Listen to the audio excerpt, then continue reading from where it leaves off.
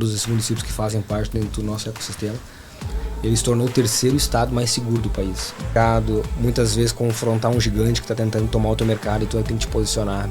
O que eu faço aqui? Eu tiro a cadeia de ter uma pessoa lá monitorando o sistema e torno isso extremamente escalável. Precisa ter essa mentalidade, tu não é mais uma mentalidade de operador, tu tem que ter uma mentalidade de orquestrador, né? Se tu não visita... Tu usou uma expressão boa antes ali fora, quando a gente tava conversando, que é levar os olhos pra passear, né? Isso, a gente leva os olhos pra passear. Boa. Legal. A gente leva os olhos pra passear. Uma dupla que tem que falar mais aí. Guardar esse conhecimento, essa experiência, chega a ser um egoísmo da parte de vocês. Olha...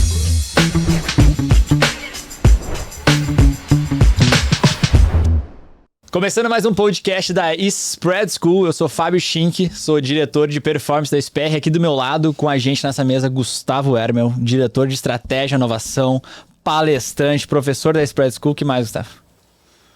Por aí, né? E amigo. Amigo desses caras, esses monstros aqui dos lados. Frente.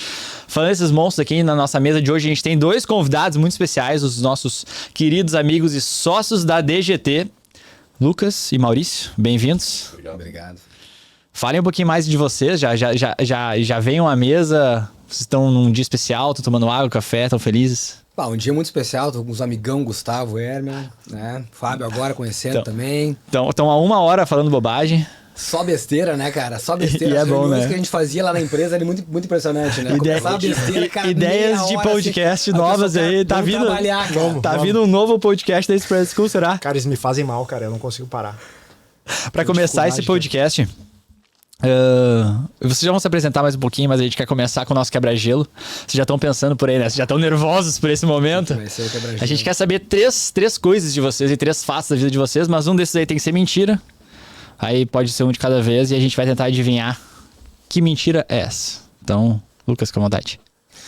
Sou o Lucas, sou um dos fundadores e sócios da DGT. Sou pai de 2 meninos. Sou Essa é a primeira. Com a Jaqueline. Tá. É a primeira. A segunda é que eu já fui chapista numa lancheria. E a terceira, que ninguém sabe, né? Mas eu já fui jogador de futebol profissional. Tá. E dos bons, né? E dos bons, Estava com as duas. Com as duas impossível, cara. Mas eu tentava intercalar entre a esquerda e a direita. Que se tu tá com as duas, pode cair, né, cara? Daí é complicado. É verdade. Verdade. Tá. A gente já tem que adivinhar agora. Deixa o Maurício falar, depois a gente vai. Deixa eu remoer essa aqui. Vamos lá. Vai, Maurício. Bom, então, me apresentando novamente, meu nome é Maurício, estou com 41 anos, sou casado, tenho 2 filhas gêmeas, que me trouxe uma baita experiência. Comecei a minha carreira profissional consertando máquinas de lavar roupa e sou um dos fundadores da DGT. O que mais eu posso dizer aqui? Já falei as 3 coisas ou não? 2. Duas. Botei 2 na mão aqui. Não, tu quer falar do pai das filhas como uma? Acho que não, né? Tu acha que precisa, né? Não, está descarado, né? Que é verdade. E uma coisa bem interessante é que o meu perfil é muito comercial, então eu sou líder de vendas, sempre fui na DGT, né? Sempre representei isso e me sinto muito confiante estando na frente dos clientes, fechando negócios. Boa. É bom de vir com 2 aqui. Os caras são bons. Um fala e o outro aqui, ó. Tu conhece mais eles, né? Tu já deve ter matado a charada. Eu já matei, porque eu conheço É? ele. Acho que conheço, né? Quer tentar primeiro? Acho que o Lucas deu uma gaguejada quando ele falou, ele veio bem no futebol. Mas o chapista não dá, né? Tu acha que ele não foi chapista? Os dois tá ruim de acreditar. Eu acho que eu vou de chapista. Chapista. E aqui... Acho que não é de vendas nada. Acho que ali contou demais. É que eu conheço eles, né? Tipo, ele não foi jogador e foi chapista. Eu te contei isso, cara. Não, tu não falou que era chapista. Contei que a história deles era muito falou que interessante. trabalhou num X numa... Então, o cara que trabalha no X é o chapista. mas eu não, peraí. É que trabalhei num X, eu não... Achou que ele era o entregador do X. Ou era o dono do X. Sim. Tipo uma Xaria em Novo Hamburgo, sei lá onde. Tu era chapista. Chapista é verdade. Chapista é verdade, sim. Foi onde? Foi no Taquareira? Taquareira. Nas Taquareira, velho. Eu Olha. podia trabalhar de carteira assinada, tava lá batendo, queria trabalhar. Tinha um amigo meu que trabalhava lá.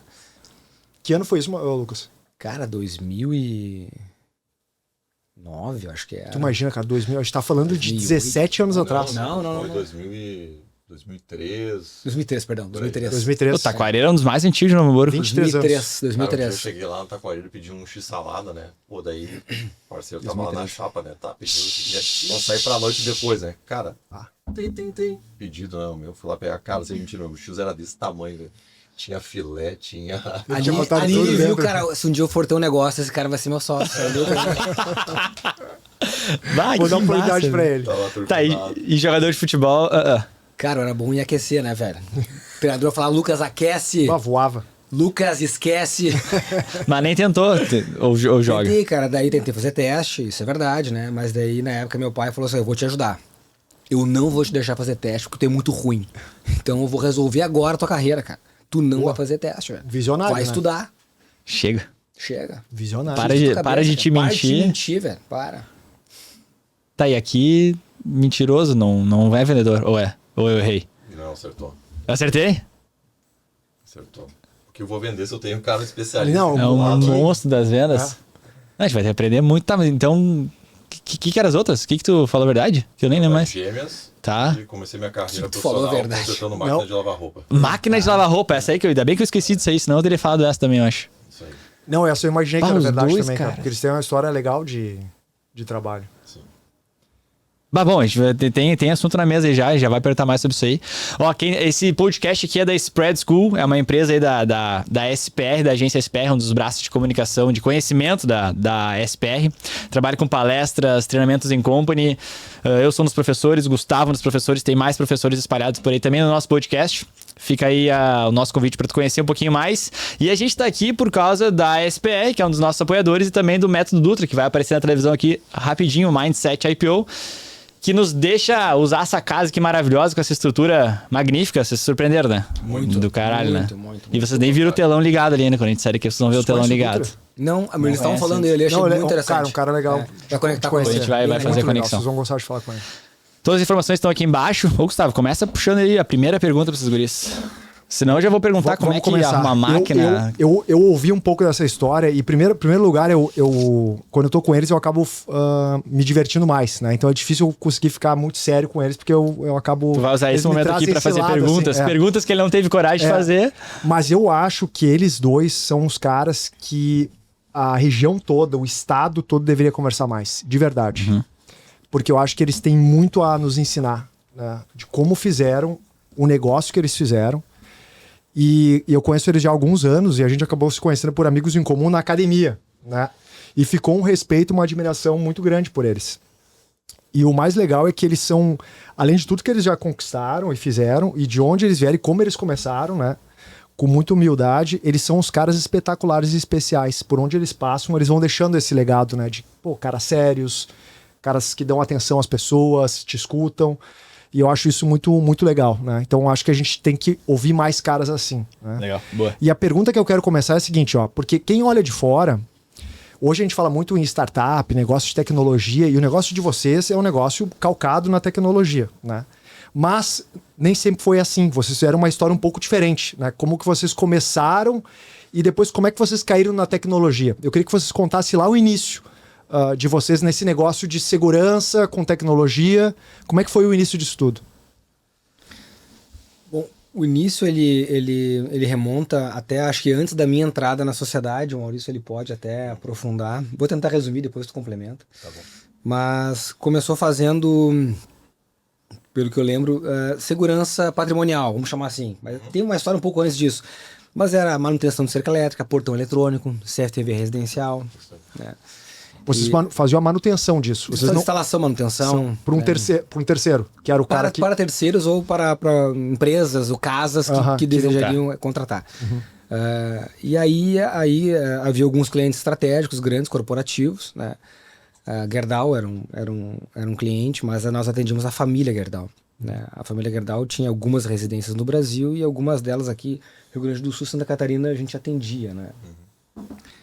E o trabalho foi... Um parênteses só, como é que tu chega na Gerdau com uma empresa tão pequenininha assim? E na família Gerdau? Maurício vai poder explicar. Vamos pegar então. Porque para atender a Gerdau, eu imagino que você já tinha alguma estrutura já. Ou não? Foi bem no início, Cara, era um vamos carro, atender mas, o cara, Gerdau. Foi Um Uno e uma escada. Era o carro da tua mãe. Era o carro da tua mãe na escada. Era um Corsa Sedan vinho com uma escada em cima. Bota o ano na mesa, que ano que era isso já? Cara, a gente vai estar falando... A empresa foi fundada em 2006, a gente vai estar falando em 2008, 2009. Já? Bah. E ali, quando a gente fundou a empresa, bem como o Lucas comentou, ela era uma pequena instaladora, assim, cerca elétrica, portão. Mas nessa época ali, a gente está falando de ADSL. Né? A galera tá começando a ter banda larga. E começando a ter banda larga, possibilitou ter conexões. Então, cara, quero acessar minhas câmeras. Né? Quero acessar um outro dispositivo. E aí, quem fazia segurança eletrônica, câmeras, essa parte, não fazia TI. Né? Não tinha esse conhecimento. Então, eram dois mundos diferentes. E ali a gente começou a ver a oportunidade. Eu me formei técnico de informática na Fevale, então cuidava dessa parte do negócio. Aí tem um case bem legal, que tinha alguns clientes que compravam equipamento nos Estados Unidos, nunca vou esquecer o nome, que era Slingbox, e os caras tinham uma empresa de companhia de calçado lá na China. E os caras não tinha Globoplay, não tinha streaming. Os caras queriam olhar televisão lá, mas não tinha essa disponibilidade de canais. Tinha Globoplay, poucas coisas. Tinha Globo Internacional, não era? Globo Internacional. Cara, mas não tinha jogos, só tinha o PFC naquela época aqui no Brasil. Tá. E aí os caras compravam um equipamento, que a gente conectava na internet, aí tinha um cabinho, que a gente pegava a saída do decoder da Sky, né, da TV por assinatura, conectava nele, e tinha um cabinho que fazia a função do controle. Aí o cara abria através de um programa lá na China, no computador dele, transmitia a imagem do decoder daqui do Brasil para ele, e ele tinha um controle virtual que ele ia trocando os canais. Caralho, Ele os que olhava são assim, muito na frente. Ele olhava assim no computador e vocês que faziam essa instalação pra eles. Cara, isso era um troço de louco, porque tu tinha que combinar, assim, achar o código do controle no aparelho para fazer trocar de canal. Cara, ninguém conseguia fazer aquilo. Na casa do cara aqui do Brasil, que ele tinha, né, no caso. Tinha que configurar aqui para o cara poder acessar lá de fora. E a gente sempre escolheu esses desafios e se motivou por isso, né? E nós comprávamos os equipamentos numa empresa em Porto Alegre. Né? Tem um parceiro nosso até hoje, a Techline. E a família Gerdau tem um núcleo de segurança, tinha na época, né? E comprava deles. E aí teve uma situação que eles precisavam que fosse instalado um sistema de alarme numa das residências lá no Laje de Pedras, em Gramado. E aí surgiu a oportunidade para nós. Em Canela. Canela, isso aí. E aí surgiu essa oportunidade, a gente foi lá e fez. E aí a gente, de uma região aqui que preza muito pela qualidade, pelo serviço, fez bem feito. Aí surgiu uma outra oportunidade, a gente fez outra. Mas tu era o cara do TI, que programava tudo, mas tu era o cara que ia lá instalar também já na hora lá o negócio. Não, o Maurício era o cara do TI. Aí tinha o Maurício Arthur, que era o cara que passava o cabo. Passava o cabo, o tá. Maurício Arthur Loeser, que ia lá, que Vocês eram câmera. 3 Maurício, sério? É tipo o Dudu News, né? Que é todo Aí mundo tinha Dudu o lá, Maurício né? Arthur Loeza que fazia o faturamento. 4? 4. Isso aí. Muito prazer, Maurício Arthur Loeser. Ah, Eu tinha entendido, boa. Ah, Era são tudo aí que filhos da mãe, velho. fazia tudo. Tudo? Tudo, cara. Sua empresa era duas, Ah, tu três tinha entendido pessoas. que era Ah, piada que legal, dele? cara. Cara, não tinha. Eu não tinha claro. entendido que era piada. Não tinha. Tamo Vamos rir mal, então, cara. tamo Vamos rir. mal, tá bem ruim, Peguei tá bem ruim, vocês. cara. Tô Pegou. mal aqui, ó. É o bor, cara.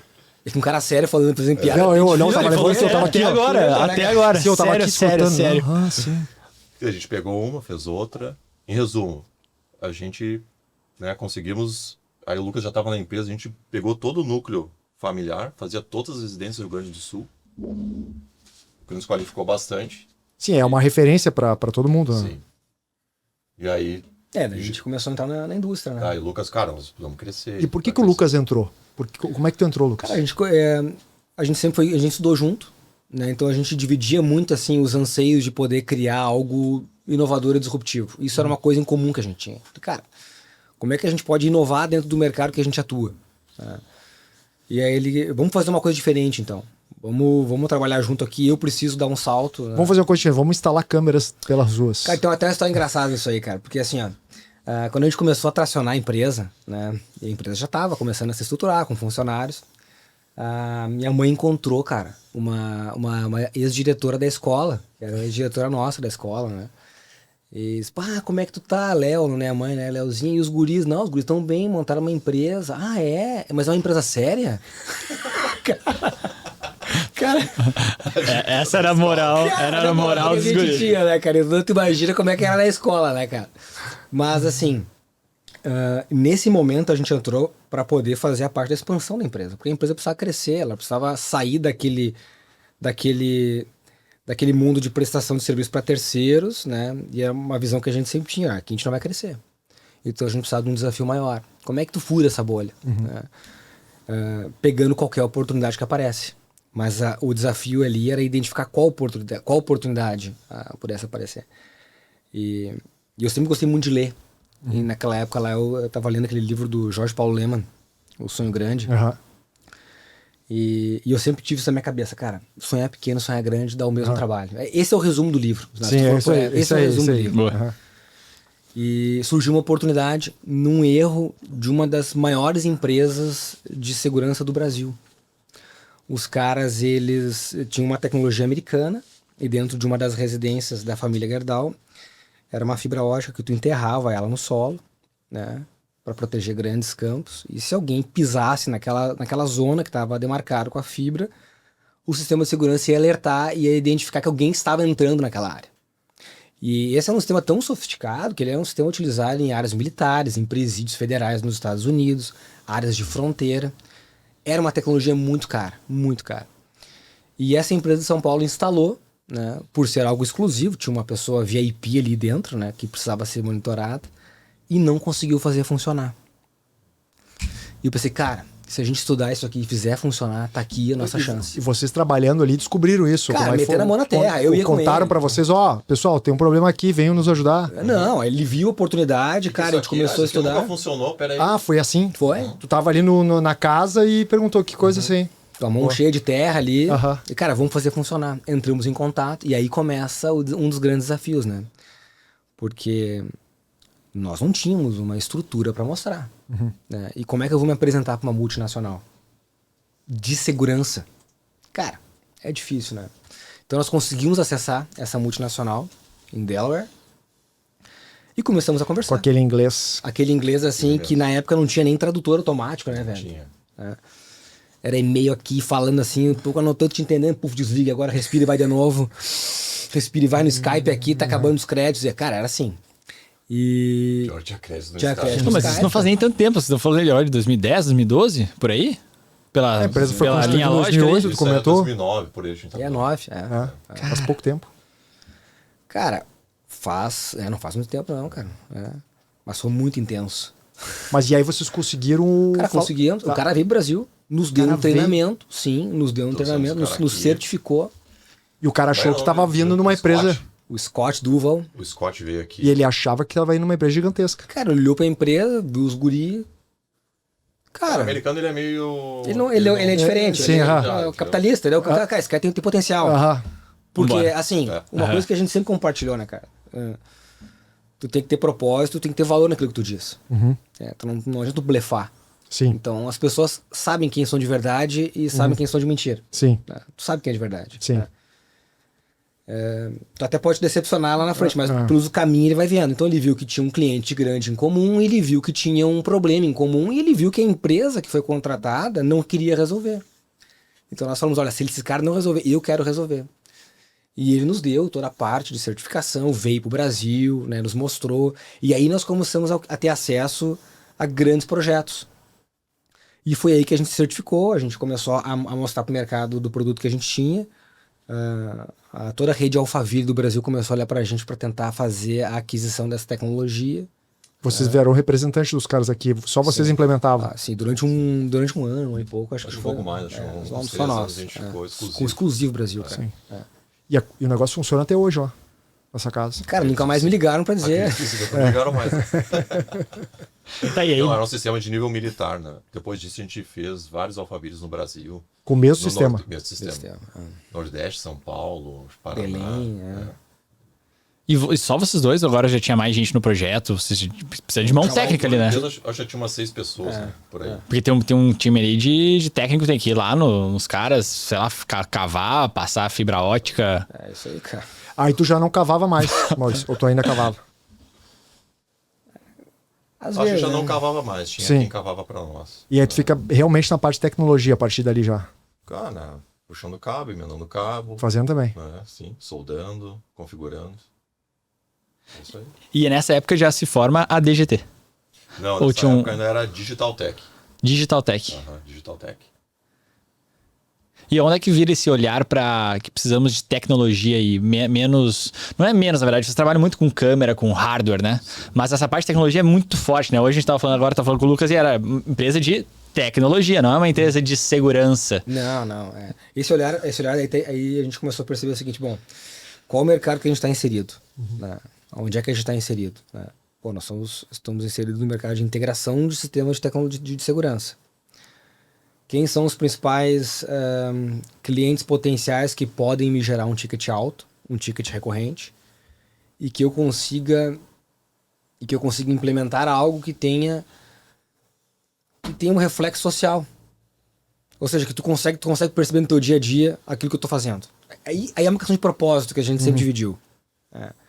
Então isso começa desde o menor projeto ao maior projeto. Acho que um exemplo bem importante que a gente pode trazer disso lá ainda no começo é quando nós começamos a entrar na indústria Gerdau. Porque existia uma grande resistência, um lobby de algumas empresas, e aí nós começamos a visitar sozinhos as indústrias. Claro, com um carimbo da família. Né? Mas ninguém da família pegava o telefone e dizia, atende esses guri aí, que não Sim, só tinha dizia, atendemos eles. Não tinha, nós é que falávamos, né? E aí tinha um desafio lá no projeto do lingotamento contínuo, lá em Charqueadas, na unidade lá, que o aço ele precisava ser monitorado dentro da passagem do lingotamento, e qualquer problema que tivesse, uma trepidação que tivesse, poderia causar um erro, uma deformação na barra de aço, e eles iam receber isso em 3 meses depois, né? Porque o aço, assim, ele pega a sucata, ele é derretido, misturado com outros minérios, uma panela gigantesca, assim, cara, um ambiente bem inóspito, e quando o aço é fabricado, ele vai escorrendo, assim, digamos, numa barra, assim, né? Num tubo, e ele vai seguindo, né, o lingotamento contínuo, sai aquela língua de aço, depois ele é cortado e vai para o pátio esfriar. Né? E eles conseguem ver se o aço ficou bom depois de 3 meses lá parado. A não ser que, se tu olhar nas manchinhas que saem naquele aço lá, se ele consegue olhar naquilo ali, ele consegue entender se está faltando uma liga disso ou daquilo. Né? Putz, o desafio era, cara, como é que eu enxergo isso aí? Cara, 2.000 graus de temperatura, como é que tu coloca uma câmera ali? E aí, cara, a gente começou atrás. Desenvolvemos um fornecedor chinês que fornecia uma caixa de proteção em altas temperaturas e um fabricante de câmeras que começou fazendo imaginamento de células e ele entrou para o mercado, para o business de segurança, e era uma câmera de alta definição, né, que na época não se falava em câmeras de alta definição, né, em análise de pixels por metro, né, ou seja, quantos pixels por metro eu tenho nesse ambiente que eu consiga ter uma imagem de definição a uns 5 metros de distância. E aí começou a epopeia de novo, encontrei um fabricante canadense. Aí, cara, vai lá, faz o contato, pede a amostra, acha um distribuidor no Brasil, coloca lá no software em inglês, tem que adaptar, tem que tropicalizar ele, né? Fizemos funcionar. E aí copia e cola, que todo mundo quer ter, né? Então foi muito assim, foi muito disso, assim, foi muito dessa pegada, né? Então aí ali a gente viu o seguinte, poxa, a gente conseguiu resolver um problema numa das residências dos fundadores da Gerdau. Por uma oportunidade que a gente viu. A gente conseguiu resolver um problema que com certeza trouxe uma economia de milhões para a Gerdau, numa solução que foi rápida para resolver. Rápida, né, no sentido literal, assim, né? Mas a gente conseguiu resolver ela rápido.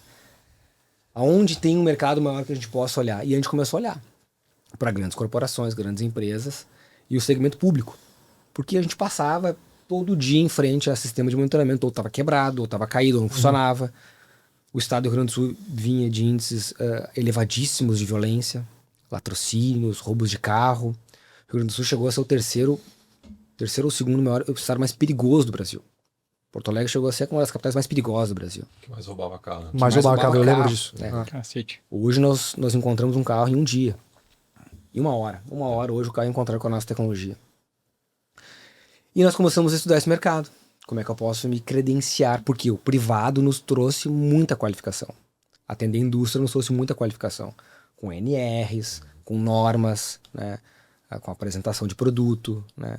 E a gente viu que a gente tinha uma oportunidade muito grande, porque ele, por si só, na época que nós começamos a fazer as visitas, ele era um mercado que não se tinha muito critério.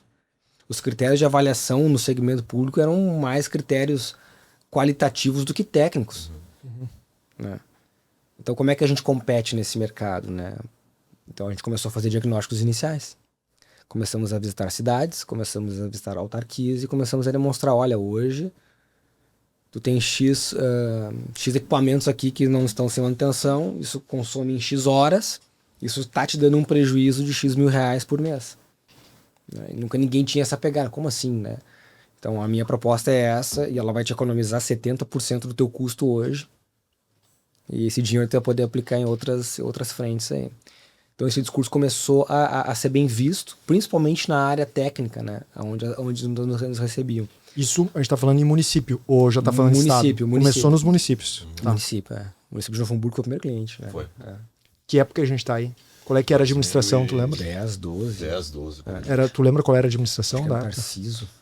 Talvez. Tarciso, Tarciso. Zimmermann, acho que era por aí. É. Mas nessa época vocês já estão ganhando dinheiro. Já, das casas já rolou um dinheiro legal, já tá prosperando. Cara, já estão. a gente vende Ou um é tudo almoço uma- pra é tudo ganhar uma janta. aposta. Ainda nessa Vocês batida. estão nessa fase ainda, tipo assim, é tudo uma aposta e vamos ver se dá, e bota dinheiro na frente e tomara que funcione. Cara, é aquela analogia assim, tu olha assim as ações da Netflix, né? Tu vai olhar assim, pô, as ações da Netflix valem 2.000% valorizaram. Cara, mas 94% da existência dela, ela deu prejuízo. Aham.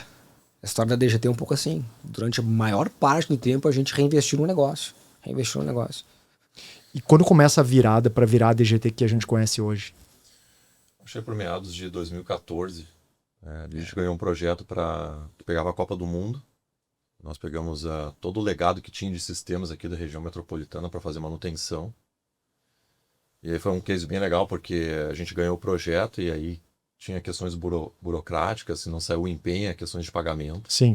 Cara, e a Copa do Mundo, tudo atrasado, ia rolar, não tinha sistema funcionando.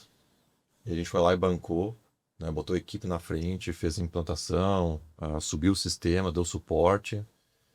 Depois a gente recebeu por isso, né, também. Mas a gente também foi muito reconhecido, né, e ali foi um case bem legal, né. A gente entrou no estado, foi o primeiro projeto que a gente ganhou para fornecer para a Secretaria de Segurança Pública aqui do Rio Grande do Sul. Isso é 2014 a gente está falando. Depois, sistematicamente, a gente foi cada vez se especializando mais, entendendo as nuances desse mercado, as necessidades, né. Um ponto bem interessante de dizer assim é que esse mercado a gente trouxe do privado. Naquela época já se falava em SaaS. Tu não vai mais comprar uma impressora pro teu escritório, tu vai alugar uma, né? Pô, legal, todo mundo já tava pensando nisso. Cara, mas o segmento público, isso era uma utopia, né? E daí funciona assim, o cara me contratava para fazer uma manutenção. Conserta a câmera aqui na minha cidade. E aí, beleza, contratou lá o Lucas e o Maurício, a DGT, para lá consertar. Aí a gente ia lá, só mão de obra. Olhava, cara, tua câmera tá estragada. Tem que trocar aqui, sei lá, uma peça. Beleza. Posso fazer? Não, não pode. Eu vou agora abrir um outro processo para comprar essa peça aqui. Vai ter orçamentação e tudo. Ok. Semana que vem posso fazer? Não, cara, isso aqui vai demorar talvez 6 meses. Sendo bem, vai funcionar, vai estar aqui. Cara, pra gente que é, digamos assim, imbuído com a causa, isso ali não dava urticária, né? Cara, eu quero arrumar, eu quero fazer consertar. Daí a gente falou, cara, isso aqui não vai dar certo, porque a lei é um entrave. Agora, se em vez de a gente só vender a mão de obra, por que a gente não aluga todo o sistema? Vamos passar, a vez de vender a câmera e depois ela dá problema, que faz parte, né? Eu vou alugar o equipamento, né? Vamos começar a alugar esse equipamento. E a gente montou essa tese. A gente é mais mercado financeiro, assim, olhar mais pra parte de... Tá, legal. Te entrego toda a solução, te entrego os serviços embutidos com SLA de atendimento, né? Cara, isso deu muito certo, né? A gente se diferenciou muito e a gente tá falando isso talvez ali em 2012. Cara, que era algo totalmente disruptivo nesse mercado, a gente começou a fazer. Isso é uma coisa assim, é tipo uma carteira, né? Que tu começa com outra, tu tem um investimento, tu tem que esperar o ROI disso para te capitalizar, para poder fazer um segundo. Aí o segundo tu tem que esperar, porque tu não tem um fôlego muito grande. Financeiramente tu não consegue buscar incentivos, porque tu é uma empresa pequena ainda. Cara, Trabalho a gente foi alavancado, plantando 100%. Planta colhe, planta 2, aí vai indo. Até chegar num formato hoje que as soluções são todas. Mais ou menos uma teoria da cauda longa, né? Que a gente sempre olhava assim, cara, a gente tem que olhar pequenos tickets mais recorrentes, né? Sim. E hoje o mercado privado, ele é muito menor que o mercado público para vocês? Como é que tá? Hoje está uns 15%. 15% do privado. E hoje, para o pessoal entender assim, quem é a DGT hoje, o tamanho dela, o que ela representa, o que vocês têm feito em termos do serviço de vocês, e que as pessoas, muitas vezes a gente cita DGT, então é aquilo lá, então isso que descobriu é por causa dele. A gente tava conversando ali fora, daí passou um exemplo, perguntou assim, mas vocês são de qual empresa? Daí o Lucas, da DGT, a gente vende de tecnologia e tal. Daí eu falei assim, sabe esses postes com luzinha piscando em cima? É isso aí, cara. É isso aí. E aí o Lucas quase me deu um soco, tipo assim, isso Para aí com isso. é Não, mas, por exemplo, um taquinho da nossa empresa. Tu vê isso por exemplo, entra lá o secretário de segurança e aconteceu alguma coisa. Ele fala, não, aí a inteligência de câmeras, eu não sei como é o termo que vocês usam, técnico, nós conseguimos descobrir que tava lá, que ia acontecer isso. Como eu conheço vocês, eu imagino, poxa, isso é coisa da DGT. A DGT com certeza é a tecnologia que está por trás disso, mas eu acho que a maioria das pessoas não tem ideia. Não tem. Então, se vocês puderem explicar um pouco isso, eu acho que é legal. Bom, hoje, em termos de tamanho de empresa, assim, hoje nós já configuramos entre as 5 maiores do Brasil. Né? Nós já temos presença nacional, estamos com sede em 3 estados do Brasil. Né? Rio Grande do Sul, Santa Catarina e Mato Grosso. Mato Grosso. E estamos em processo de abertura em mais outros 2 estados. Estruturas grandes como a daqui ou daí bem menores? Filiais, né? com uma estrutura comercial e operacional, de apoio operacional. Sim. Né? Hoje nós sustentamos as grandes capitais do Brasil, a cidade de região metropolitana, com a nossa plataforma. Esse modelo que o Maurício trouxe. Né? Uns 5 anos atrás a gente viu que a gente precisava ter um modelo nosso, uma solução nossa, um software nosso. Então nós pensamos sempre em criar um ecossistema DGT. Onde as forças policiais, a comunidade e a iniciativa privada pudessem, de certa forma, colaborar e consumir da mesma plataforma. Porque a gente acredita no colaboracionismo para combater o crime. E essa tese a gente veio desenvolvendo veio desenvolvendo produtos. Por hábito, a gente também tem um olhar sempre para o exterior, então a gente participa de muitas missões internacionais, a gente visita grandes centros de inovação dos Estados Unidos, China, para poder entender o que esse mercado está trazendo de inovação. E o Maurício utiliza um termo que é tropicalizar. Né? Ele tropicaliza essa ideia, né? E como é que a gente consegue fazer algo tailor-made, por exemplo, para o governo aqui do Rio Grande do Sul. Né? Porque a característica é muito similar. E uma coisa bem interessante, né? Nós estávamos participando de um pitch para um pessoal do governo da Albânia. Um lugar muito seguro. Muito seguro, por isso, né? E aí o pessoal... Um oásis. Cara, a gente começou a falar do sistema da Europa. Cara, todo carro roubado hoje, de luxo, na Europa, vai para a Albânia. Né? Passa pela Albânia, não vou dizer que é para lá. E aí o representante do governo, aquele dia lá, mas como é que vocês fazem o sistema? Ele começou a explicar. Aí o cara, depois do pitch, falou assim, cara, tu esqueceu que nós somos PhD nisso aí, cara. Tu vocês deram uma aula porque os caras, tu consegue pegar isso, tu consegue saber a característica do veículo, software, né? Nós não conseguimos, esse deixa bem claro, né? Que a DGT, ela não manipula o dado, né? Ela fornece o meio através das nossas plataformas e quem consome, quem faz as pesquisas são as forças policiais. Sim. Né? Tira uns insights dos dados que vocês passam. Então, o advento da inteligência artificial, que já há muito tempo a gente já olhava para isso, né? Então, poder auxiliar a força de segurança a tomar a melhor decisão no momento crítico. Né? Então, lá em Porto Alegre, o algoritmo que a gente desenvolveu, por exemplo, contra a tentativa de assassinato, feminicídio. Ele identificou que um homem puxou uma arma e estava correndo atrás de uma mulher. Então, isso através das câmeras. Do software. A câmera capta e o software interpreta. Interpretou, tá. E ele gerou o alerta, ele gerou eventos para a central de controle e já tinha um processo desenhado para isso. Então, a Guarda Municipal de Porto Alegre conseguiu chegar antes da ação acontecer, do evento acontecer. Por exemplo, suicídio. Tem um viaduto em Porto Alegre que, infelizmente, é muito utilizado para pessoas que vão cometer suicídio. Então, nós treinamos o algoritmo para poder entender o padrão de comportamento da pessoa que está por fazer uma ação para tirar a sua própria vida. Então, já foram, acho que 7 vidas que a gente conseguiu, ou mais até, conseguiu preservar, né, esse tipo de ação. E esse tipo de inteligência está hoje em todas as capitais brasileiras? Não necessariamente. Nas que a gente atende, que é Porto Alegre e Florianópolis, né? Tá, entendi. E, por exemplo, o que mais vocês conseguem fazer? Eu imagino, às vezes, com a tecnologia, ou se a gente está longe disso, ou se a gente está muito próximo disso, que a gente vai basicamente estrangular esse tipo de criminalidade, esse de o cara ir te assaltar na rua. Parece que cada vez mais o cara tá cercado, tá cada vez mais difícil para esse cara. E eu tô de fora, eu sou um leigo, né? Como é que vocês veem isso? Tipo, isso vai acabar realmente? Esse tipo de coisa vai terminar com a tecnologia trabalhando, esse modelo mais preditivo, assim, ó, cara, vai dar problema ali. Sim, é possível que sim. É importante entender, assim, que normalmente quando a gente pensa em câmera, tu pensa numa imagem que tu está recebendo no teu computador, ou tu está visualizando no teu smartphone, né? Mas a imagem por si tem uma transmissão de vídeo, ela não faz nada.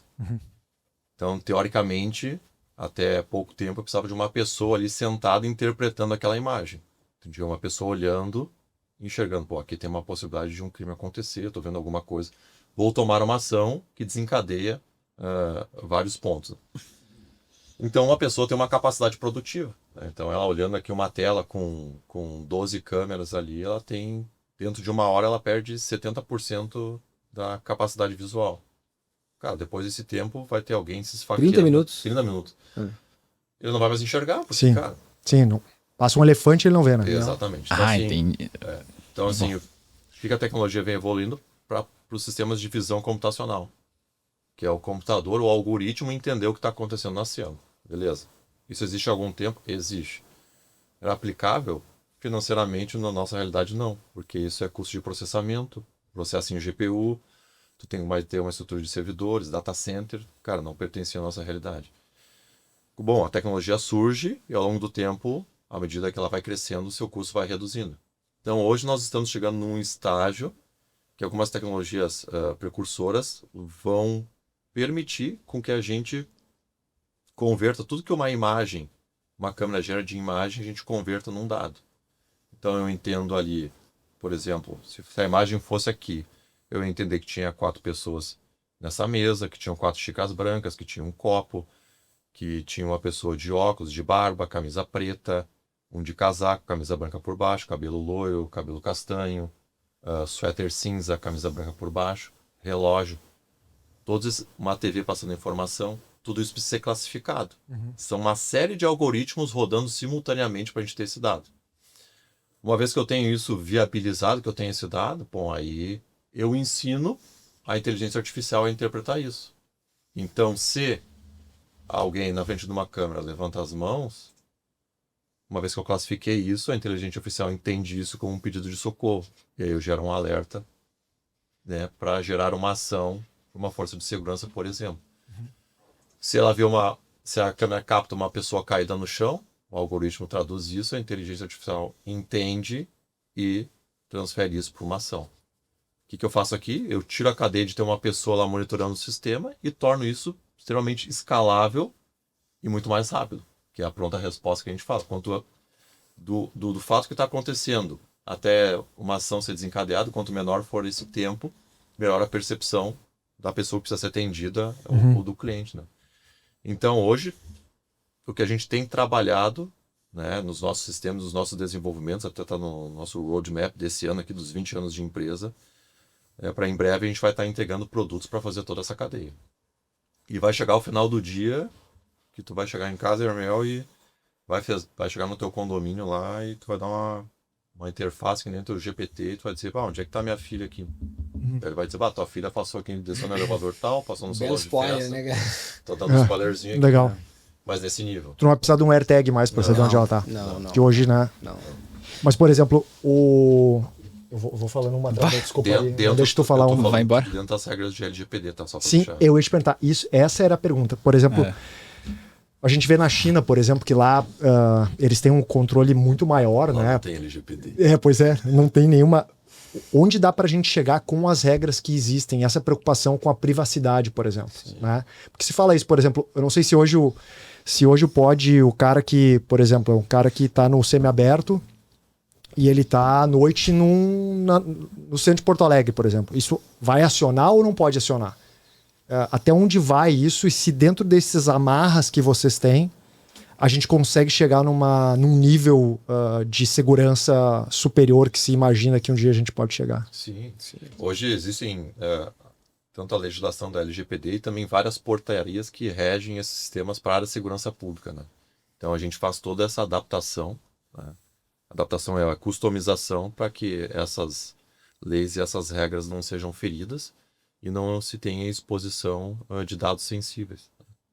Então, assim, a própria segurança pública tem um regimento específico, né, para ter acesso a esses dados que é diferente da LGPD. É um regulamento específico para lá. Mas mesmo assim a gente estrutura as ferramentas para que tenha toda essa parte de segurança, né? Por exemplo, um dado sensível, uma pessoa capturada que não está numa lista de interesse, a imagem dela é nublada. O sistema nubla a imagem. Então eu não tenho como te encontrar lá. Entendi.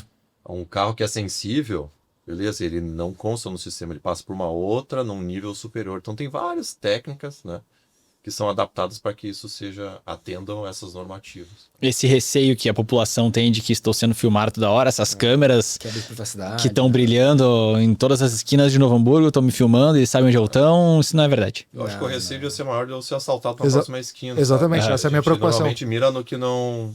Sim. Sim. Não, isso aí não existe hoje. Não. Os caras não estão preocupados contigo, né? Eles estão preocupados com alguma... Existe uma lista de interesse, que são lista de foragidos, que a gente acredita que as forças de segurança utilizam, e através dos equipamentos eles conseguem fazer a extração da captura dessas imagens, né?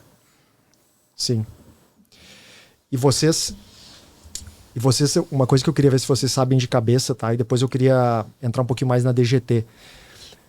Das escolhas que vocês fizeram até chegar aqui. Mas, por exemplo, assim, ó, com esse tipo de tecnologia, que resultados se chegou? Por exemplo, como era e como ficou? Por exemplo, o Lucas comentou aqui que Porto Alegre era a capital que tinha o maior número de roubos de carro do Brasil, né? Como que é hoje? Vocês têm essas, para as pessoas terem uma ideia, tipo, o que mudou? Porque às vezes a gente, isso é um comportamento natural humano, a gente vê tanta notícia negativa e a gente presta atenção nessas notícias negativas que as pessoas às vezes acham que está muito pior, quando na verdade a situação é muito diferente, né? Se vocês pudessem trazer isso. Vamos revezar aqui, eu vou dar uma, tu dá outra. Só para não perder o... Tá. Só como é que tu percebe isso? Que é muito interessante o que ele está dizendo. Quando as pessoas começam a se preocupar mais com arrombamento do que com latrocínio e roubo. Isso é o que nós estamos vivendo hoje. As pessoas estão se dando conta que, olha, estão arrombando minha loja. Que é um problemaço que existe Sim, hoje. um problemaço, né? Então, essa é a mudança. Desculpa, eu te interrompi, pode falar. Legal. Então vou trazer um índice, né? Aqui da nossa região, Novo Hamburgo, no último ano aumentou em 300% a prisão de foragidos em relação ao ano passado, após empregar nossas tecnologias de reconhecimento facial. 300%. Esse dado foi divulgado. Foi. Eu não vi esse dado. Foi. Eu fico pensando quantas pessoas, cara, na cidade de Novo Hamburgo não tem a menor ideia de que isso está acontecendo na cidade. Nós tivemos cidades aqui, onde eu já compartilhei esse dado contigo, Sim. que o seguro de veículo ele diminuiu, porque a sinistralidade caiu. O estado do Rio Grande do Sul, através da nossa contribuição, e a gente entende que em todos esses municípios que fazem parte dentro do nosso ecossistema, ele se tornou o terceiro estado mais seguro do país. E o próprio governador disse isso diversas vezes, que o estado do Rio Grande do Sul hoje ele tem padrões europeus de segurança. Então nós temos uma série de listas, por exemplo, como redução do número de furto de veículos. Considerável, é absurdo. Considerável. Eu poderia te dizer vários números assim, né? Mas os que vêm à cabeça, por exemplo, são a redução de veículos que são furtados hoje no estado, né? Que caiu para 80% em cidades com maior incidência. O número de estelionato caiu. Estelionato é aquele que dá na rua, tu fala do bilhete premiado. Ah, sim. Deixa eu fazer um parênteses, desculpa te interromper, mas nós tivemos um cliente que até, de certa forma, ele reclamou conosco que ele teve um aumento de 100% no índice de roubo de veículos. Foi um case de Lajeado, que no ano de 2025 ele não teve nenhum registro de roubo e furto de veículos. E aí em 2026 teve o primeiro, então eles saíram de 0 para 1. E é um cliente nosso, que a gente está há alguns anos trabalhando as nossas tecnologias lá. Então, assim, tem um impacto muito absurdo. Forte. Claro, o nosso sistema, a gente sempre ressalta, ele não faz nada sozinho, né? Sim. É um trabalho casado, as forças de segurança têm um papel fundamental. Sim, se eles não souberem interpretar aquilo ali... Não, os dados são e deles. ter uma ação imediata. E o mercado privado também, a gente está olhando muito para isso. Né? Então nós desenvolvemos também em cima desse algoritmo, estamos treinando de algo bem interessante. É um cliente privado que nos contratou, ele teve interesse na questão da segurança do seu local, que é o posto Abacaxi, aqui. onde ele tinha muita evasão. Né? Os caras abasteciam embora. Abastecia embora. E ele conseguiu A gente nem imagina isso, né? Conseguiu zerar. Ele conseguiu zerar isso. É um case Como que tu zera sensacional. isso? Como que tu zera isso? A nossa plataforma consegue identificar quem abastece. Ele tem acesso ali às características do veículo. E ele consegue identificar depois na quebra do caixa quem foi, a bomba que foi. Ele abre um boletim de ocorrência. Depois ele tem o acesso àquela informação. E ele faz a cobrança da pessoa, se ele não consegue identificar isso no momento, né? Mas um case que a gente está trabalhando muito forte para uma grande rede de postos de combustíveis. Cara, que demais, velho. É para poder identificar os veículos que ficam em fila e deixam de abastecer por bombas que estão fechadas. Cara, eu sou um cara extremamente ansioso. E se eu chego num posto para abastecer e vejo que tem fila, Eu também vou embora. Cara, eu vou embora, Eu velho. só não vou se eu tô no desespero. Sim, se tá ali cuspindo para fora, tem que ficar. Exatamente, E a gente identificou que a gente fez um teste em uma grande rede de postos de combustíveis na Freeway. E teve um evento no final do ano que foram 40 mil veículos que passaram dentro do posto. Né? Então nós identificamos quantos minutos aqueles veículos ficavam na fila e cruzando com as bombas que estavam abertas. Para dizer para esse cliente o seguinte, olha só, a inteligência artificial está te dizendo o seguinte, cada cliente aqui está esperando 20 minutos, 15 minutos na fila, só que tu tem 2, 3 bombas que tu pode abrir. Né? Quantas pessoas entram na loja de conveniência e consomem? Ou vão só no banheiro? Né?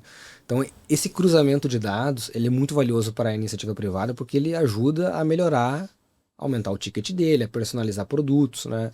Por exemplo, o veículo entrou, esse cara tem um potencial para trocar a palheta. Ele é um veículo 2000, né? Ou oferece para ele uma troca de óleo. Né? E as forças de segurança têm um interesse em colaborar com essa iniciativa privada porque ela consome esses dados. Sim. Então é uma troca muito bacana. Né? Sim.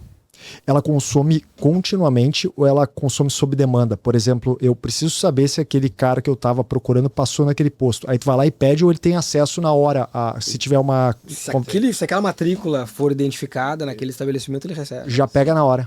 Ou a face, Se ou... tem um mandado de busca, por exemplo, está no sistema numa categoria onde esse veículo passar, um alerta vai ser gerado. Agora, uma investigação posterior, ele pode usar o histórico para também como prova para... Sim. Tem uma questão que tu falou do abastecer, que tem a ansiedade também do frentista saber que tu chegou antes do que aquele outro cara que tá lá na outra bomba. Fica sempre aquela coisa, quem chegou antes? E quem eu vou atender agora? E o cara, e fica essa ansiedade, mas eu cheguei antes daquele cara, mas o cara não viu, e fica ali, né? E aquilo realmente, talvez daria para as câmeras dizer, ó, vai ali.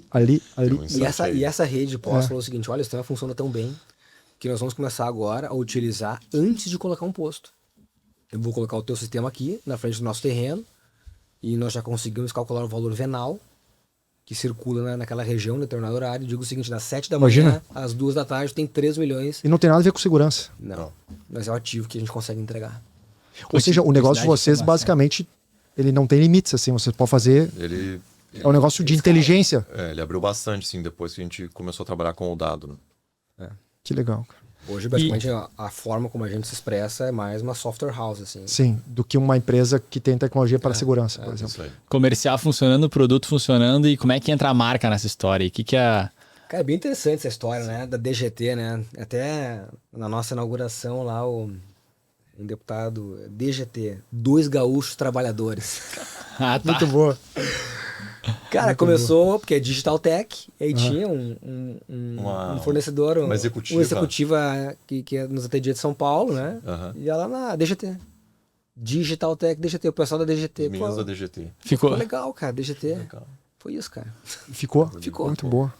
E aí ali começa a trabalhar na identidade visual. Hoje vocês têm uma força de marca. Agência, na SPR na época, fazer o reposicionamento. Vocês já eram DGT na época, né? A gente fez o trabalho de rebranding ali. Cara, eu nunca vou esquecer, meu cara, olha só, não vai dar, velho. Não vai dar pra gente começar com dgt.net. Não vai dar.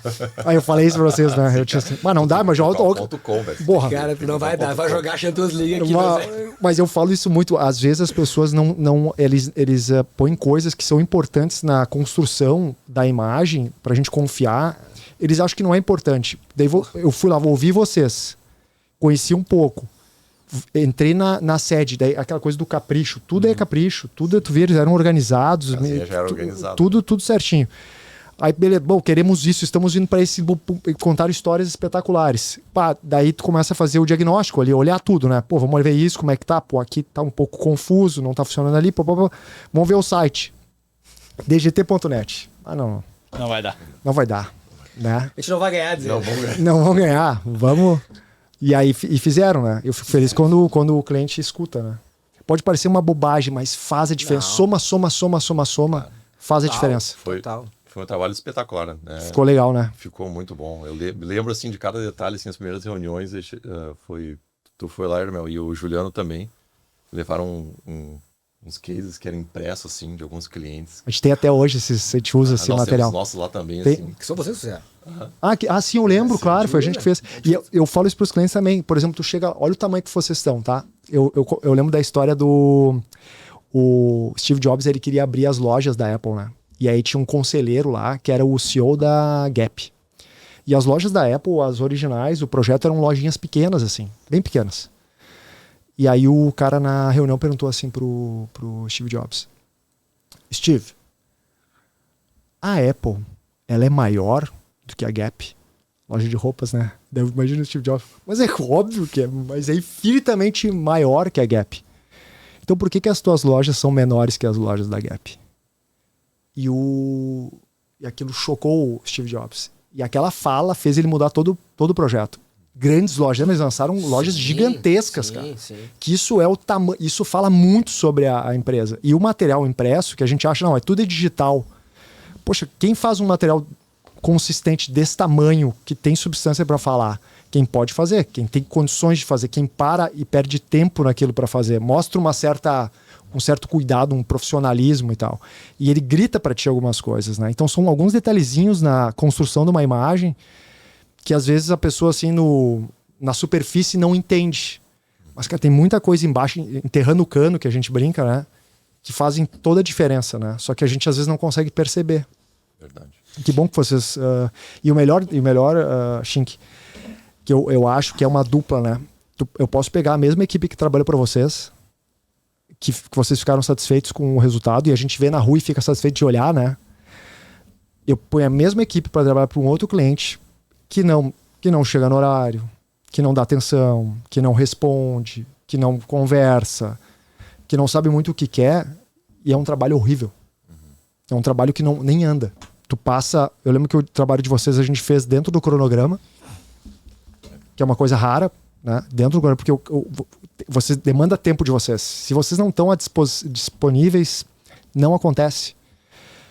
Esses são os trabalhos que ficam para a história. Esses outros, cara, tu demora 2 anos para fazer. Pra fazer uma entrega, né? Imagina. Tu fica ali e tu olha, cara, todo mundo perdeu um tempo. E é a mesma equipe trabalhando, né? Então depende muito de vocês. Ele só ficou bom, não é por ficar rasgando seda, mas ele só fica bom sempre por causa do cliente. Sem o cliente, cara, mesmo time, o Zico jogando, ele vai bater na canela do Zico. O Gustavo gosta de fazer uma pergunta, eu vou roubar dele pra mim, pra eu trazer pra eles, que é: quais foram os grandes desafios que vocês tiveram na carreira de vocês até aqui? O que vocês tiveram de desafios ou decisões difíceis, né? Assim, cara, aqui tivemos um problema muito grande, a gente teve que buscar alternativas, ou eu tive que tomar a decisão de, cara, eu posso ir pra lá, eu posso ir pra cá, e eu fui pra cá e Deu certo. estamos aqui. Vocês lembram de alguns fatos aí que você não... Tiveram N desafios, né? Durante toda essa caminhada, e ela continua sendo, né? Os desafios, eles não desaparecem, né? Estão só apenas se qualificando. Pessoalmente, eu digo assim que eu acho que o maior desafio para mim foi acompanhar esse desenvolvimento que a empresa precisava, né? Porque tu começa lá na ponta 20 anos atrás com um instalador, e aí tu começa a contratar pessoas, aí tu minimamente tem que gerenciar isso, minimamente tu tem que começar a te qualificar, aí a empresa vai crescendo, vai ganhando corpo, outras pessoas vão entrando, e se a tua mentalidade ela não se desenvolver nesse meio do caminho, vai chegar a um ponto que não vai ter mais sinergia, né? Vai ficar insustentável. E isso é um trabalho assim que eu e o Lucas a gente conversa muito, né? Eu acho que antes de ser sócio, nós somos muito amigos, né? Isso eu acho que é um dos fatores de... E vocês continuaram amigos, né? Às vezes na sociedade viram bons sócios, mas acabam se afastando, assim, né? E isso a gente nota que continua. E assim, tem períodos que são assim, né? Já tiveram períodos assim, hoje é bem diferente. Mas assim, isso foi um grande desafio. Pessoalmente estou falando, né? Poderia dizer que é uma coisa externa, foi o desafio financeiro, foi o desafio aquilo, mas... Foi tu Tu te ser uma atualizar nesse Você é um sentido. empresário e para tua empresa crescer, tu tem que crescer com ela. Pelo que eu entendi, tu era muito técnico, né? Sim. E aí agora tu é um dos líderes, tu tem que gerenciar pessoas e... Aí a empresa ela não é nada mais com um reflexo dos seus líderes. Então, assim, uma empresa grande precisa de pessoas que pensem grande. E aí tu tem que estar te reinventando, tu tem que sair da tua zona de conforto o tempo inteiro. Né? Então, isso foi um grande desafio. À medida que tu vai fazendo isso, Tu vai ficando forte, né? vai ficando forte, vai melhorando, vai se tornando mais fácil, mas no início é difícil. E qual que é a fórmula mágica pra isso aí acontecer? Acho que Olha, como o Maurício bem trouxe, né? É tu não aceitar o conformismo. Né? É tu sempre entender que tu pode dar o teu melhor, tu precisa ser melhor, né? Tu pode melhorar. Né? Claro que muitas vezes tu pode até virar escravo de uma perfeição que nunca vai chegar. Né? Mas o fator principal e preponderante, que eu acredito que fez com que a gente encarasse todos os desafios que vieram, foi sempre buscar algo diferente para soluções simples. Né? Então, olhar para o mercado, muitas vezes confrontar um gigante que está tentando tomar o teu mercado e tu tem que te posicionar.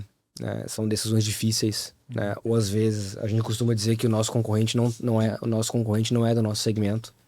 Ele está numa garagem, ele está em outro local e isso acontece constantemente. Então são pequenas decisões diárias difíceis de quando se toma uma cadeira de C-level, né? Que tu precisa ter essa mentalidade. Tu não é mais uma mentalidade de operador, tu tem que ter uma mentalidade de orquestrador da estratégia, que, assim como o Maurício trouxe, para mim também foi o momento mais difícil, assim, onde a empresa ela precisou tomar um corpo diferente, né? Então, quando tu começa a construir uma diretoria executiva, quando tu já pensa em conselho, quando tu já começa a pensar na empresa para ela poder fazer uma possível M&A, para ela receber um aporte de algum fundo, esse diálogo com o mercado financeiro. Então, esses são os principais desafios, né? Que talvez para muitas pessoas é muito fácil, né? Mas quando tu vem da base, tu precisa acompanhar esse crescimento. Né? E vocês começaram tudo muito novos, né? Vocês tiveram aconselhamento de pessoas mais velhas? Ou como é que foi? Vocês foram meio que aprendendo sozinho, apanhando? Cara. Por exemplo, essa visão do ser melhor, tu melhorar, por exemplo, mostra uma certa inteligência, né? Essa inteligência já estava com vocês ali? Tu sabia disso ou tu foi aprendendo? Alguém ensinou isso para vocês? Como é que foi esse processo? Cara, a gente... Eu vou resgatar coisas muito simples, assim. São coisas que vêm de berço, né? São coisas que vêm de casa. Então, são coisas inegociáveis, né? Então, tu tem que faz bem feito. Né? E uma coisa que a gente sempre aprendeu e ter muita humildade é reconhecer que tu não vai saber tudo e que tu sempre vai ter alguém que vai fazer melhor do que tu. E se tu tem condições, então chama essa pessoa, tu contrata essa pessoa. O pior erro que talvez que eu já cometi nessa história, assim, foi achar que nós pudéssemos economizar na contratação de talentos. Esse é o erro mais idiota, vou dizer assim, que o empresário ele deve cometer, né? Então, se tu tem uma oportunidade para trazer alguém bom no teu time, tu traz, né? E como é que a gente olhou para isso? Bom, o mercado está crescendo, nós precisamos também acompanhar o crescimento. Vamos fazer uma certificação internacional, vamos fazer uma missão internacional, aonde o mercado de tecnologia está olhando, vamos lá ver o que está acontecendo, né?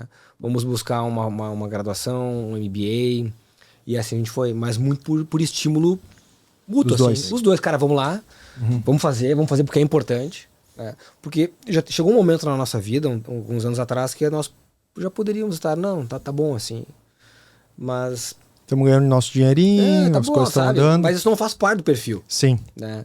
E não é nenhuma questão só de ser ambicioso por querer mais, mas é uma questão até de desenvolvimento pessoal. Sim. Né? Tu precisa acompanhar a evolução. Vai chegar um tempo que tu não vai conseguir acompanhar tudo, é natural, né? Mas tu precisa estar atento, e é uma questão bem pessoal. Né? Ser curioso, né? Ter rebeldia, que a gente fala, tem que ser rebelde. Não aceita isso aqui como algo definitivo. Sim. Tem que ter rebeldia. Eu acho que a base disso são bons valores, né? Que a gente traz de casa, né? O empenho em ter a entrega, né? A gente sempre fala. Isso é um selo que a gente tem no mercado, né? Então, assim, a DGT entrega. Realmente a gente é muito comprometido com isso. A gente entende que erros acontecem no meio do percurso. E beleza, a gente vai corrigir. E se tiver que botar a mão no bolso para refazer se o time errou, a gente vai fazer, não importa. Né? Isso também é um mérito, isso com o tempo tu cresce com isso. São fatores importantes.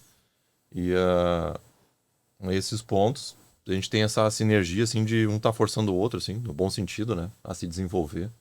Então, isso, com certeza, ao longo do tempo a gente se impulsiona, né? Hoje, de uma forma muito mais light, né? A gente planeja nossas missões, os cursos que a gente vai fazer, incentiva os nossos momentos de descanso também, porque aí é onde a cabeça funciona e vem as Sim. Tem que ideias. agora desacelerar, né? É Sim. difícil, né? É. É difícil.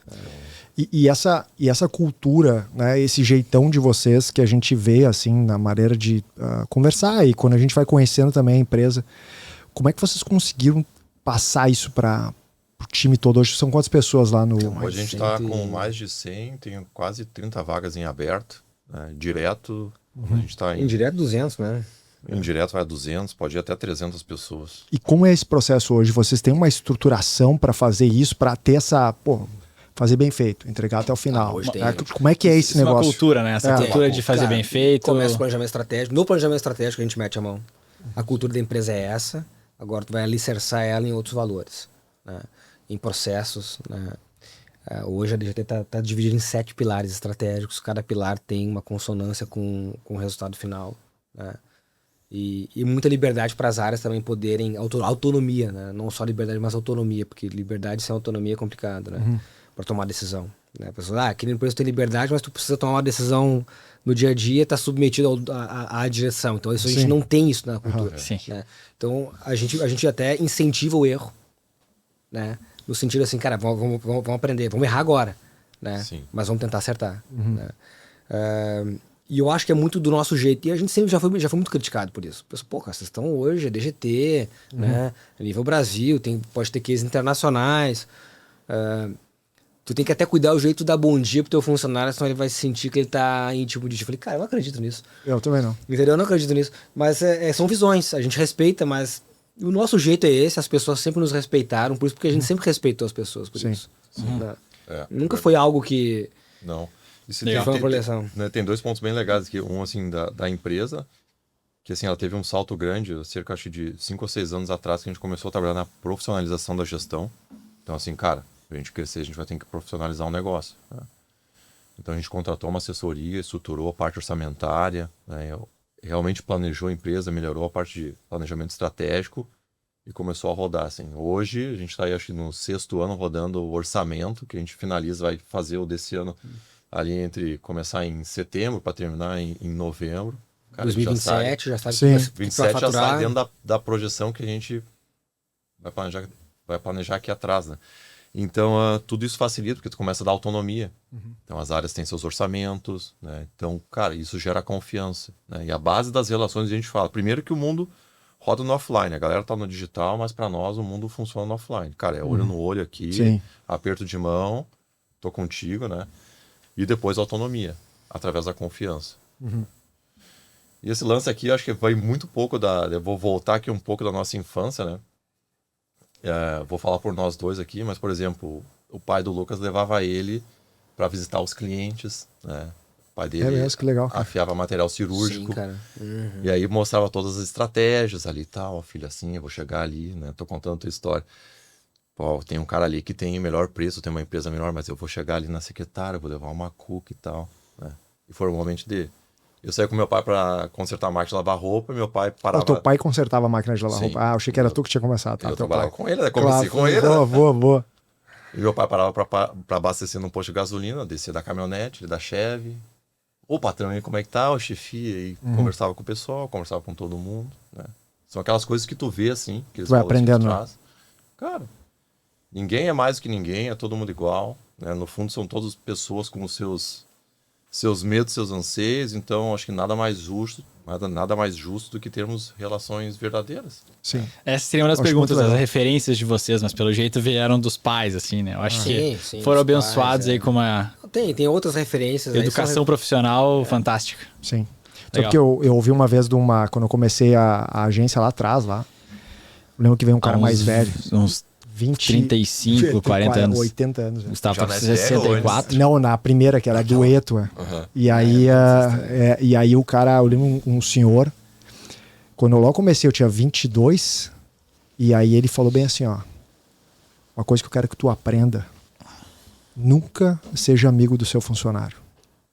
Cara, e aquilo, de alguma maneira, eu sempre fui meio muito dado, sempre fui, até hoje, assim, eu parto do princípio que o cara é legal até o cara provar o contrário. Não consegui, né, mudar isso. E eu lembro que por muito tempo eu lutava contra, porque aquela frase que o cara me disse ficou na minha cabeça.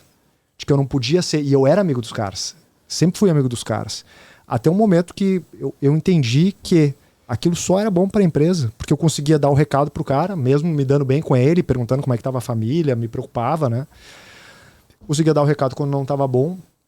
Mas essas coisas que às vezes a gente aprende, alguém fala, marca demais, né? Que é aquela que fica distante, não convida para as coisas, não deixa ele saber o que tu tem, o que tu fez, onde tu tá. Depois, cara, como é que tu pega talentos, né, e deixa eles do teu lado sendo frio e calculista dessa maneira, né? Essa galera nova não vem se não tem propósito. Sim. Sabe? Eles não vêm trabalhar na empresa. Primeiro ponto, sim, tem as questões financeiras, qual é a proposição, mas o que a empresa está imbuída? Aonde ela se envolve no meio tu acredita, da sociedade, né? O que ele acredita? Cara, esses valores que vocês falaram, né? E acho que isso é um pouco de uma geração, nossa geração anterior, né? Que não teve recursos para trabalhar isso, né?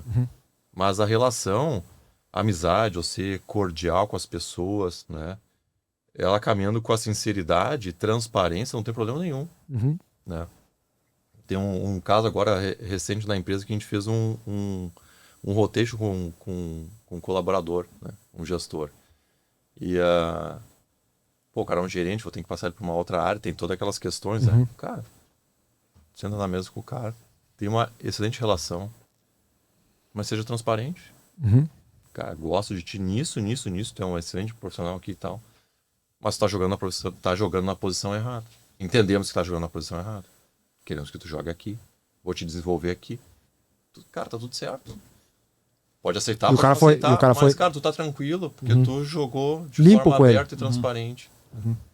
Então, isso é um pouco que a gente também foi entendendo, foi aprimorando, né? Isso torna as coisas tudo mais fáceis, cara.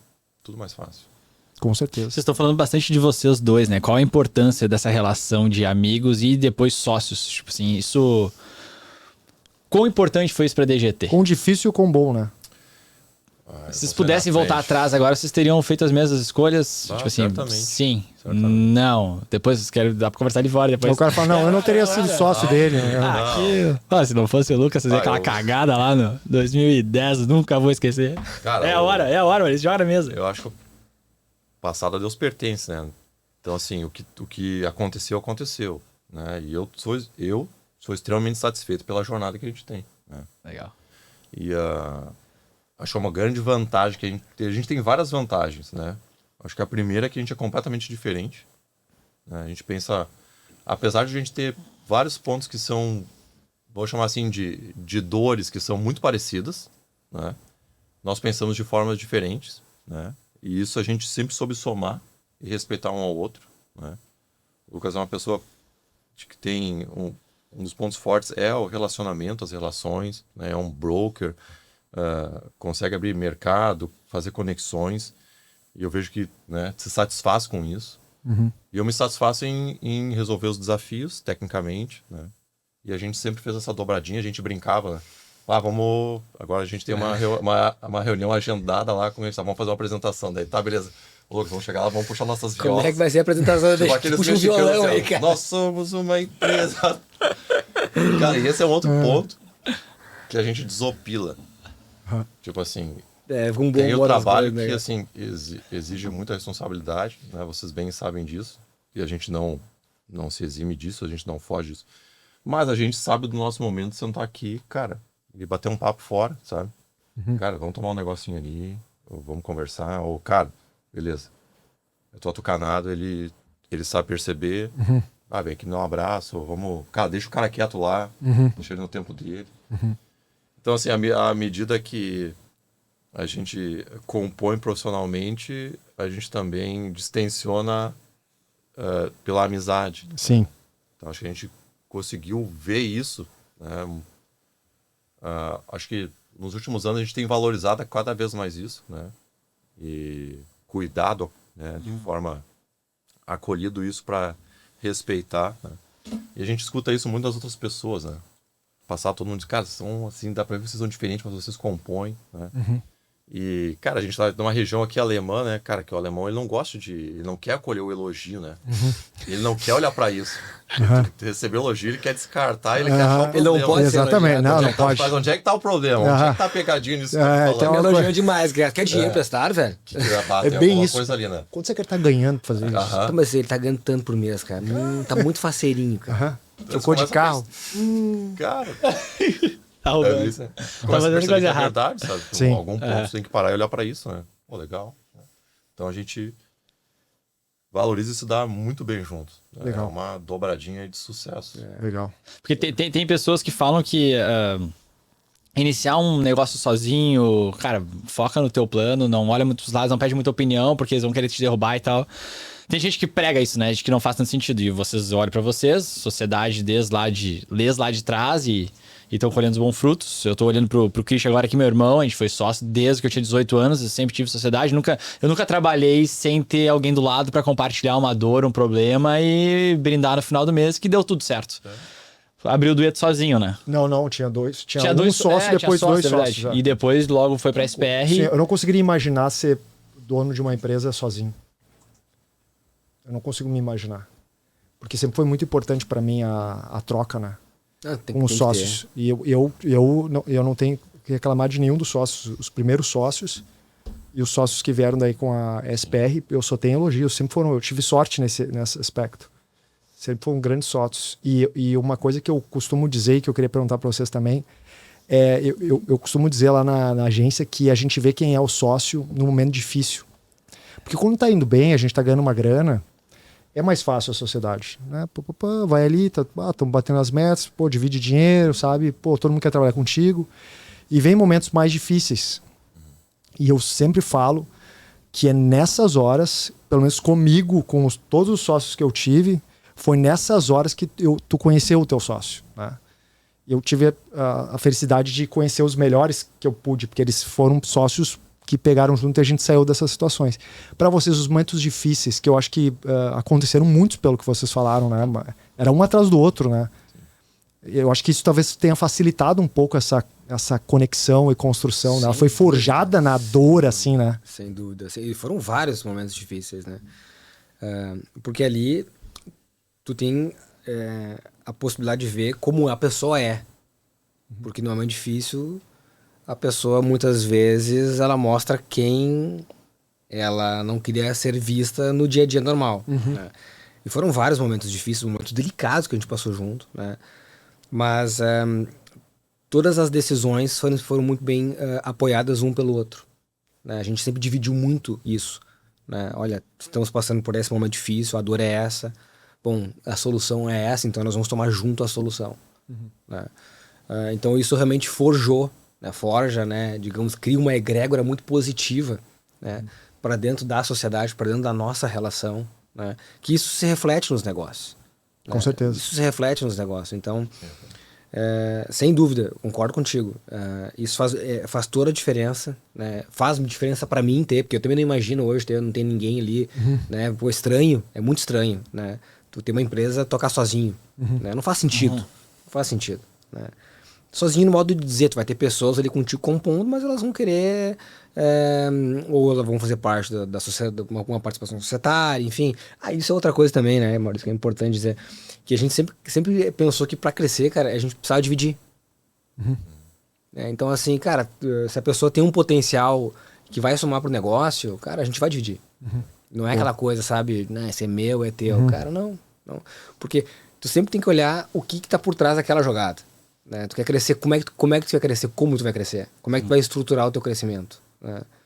E a gente sabe que sem talento, sem pessoas confiáveis do lado, tu não consegue ir muito longe. Tu até consegue crescer mais rápido, mas tu não vai mais longe. Sim, é verdade. Tá, e o que tira vocês do sério no dia a dia, assim? Tem alguma coisa que, isso aqui eu não consigo, não aguento, não suporto? Cara, normalmente, assim, o que ainda mexe com os nervos é quando a galera dá uma cagada. Desculpa o meu francês. Mas é quando comete algum erro operacional que não precisava acontecer. Né? Sim. Normalmente isso acontece por uma desatenção, uma irresponsabilidade. Não seguiu o protocolo. Não seguiu o protocolo, não seguiu o processo, não atualizei o cliente. Cara, eu tentei ganhar performance aqui, mas eu comprometi outro lado, coisas que não precisam, sabe? Ou às vezes até acontece o erro e tá tudo certo, demorar para tomar uma ação. Ah, deu um erro. Cara, eu já sei o que preciso resolver, mas eu sento em cima. E eu ou sento em cima, ou eu não informo o cliente e tomo uma ação logo. Então isso a gente trabalha bastante na cultura, né? Para as pessoas, cara, errou, beleza, faz parte.